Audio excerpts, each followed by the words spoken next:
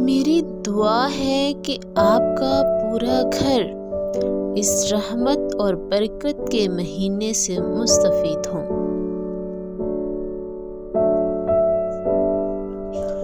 اللہ سبحانہ و تعالی ہم سب مسلمانوں کو پہلے انسان اور پھر ایک اچھا مسلمان بننے کی توفیق عطا فرمائے۔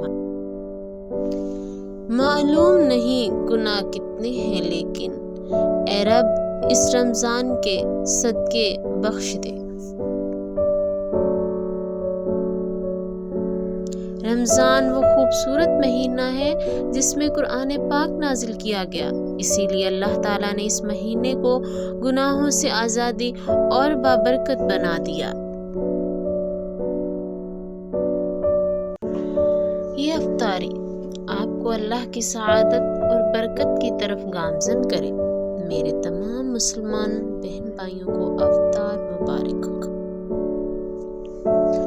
خصوصی گزارش ہے کہ مجھے اور میرے اہل خانہ کو ہمیشہ اپنی دعاؤں میں یاد رکھیں۔ خدا آپ سب کو سلامت رکھے۔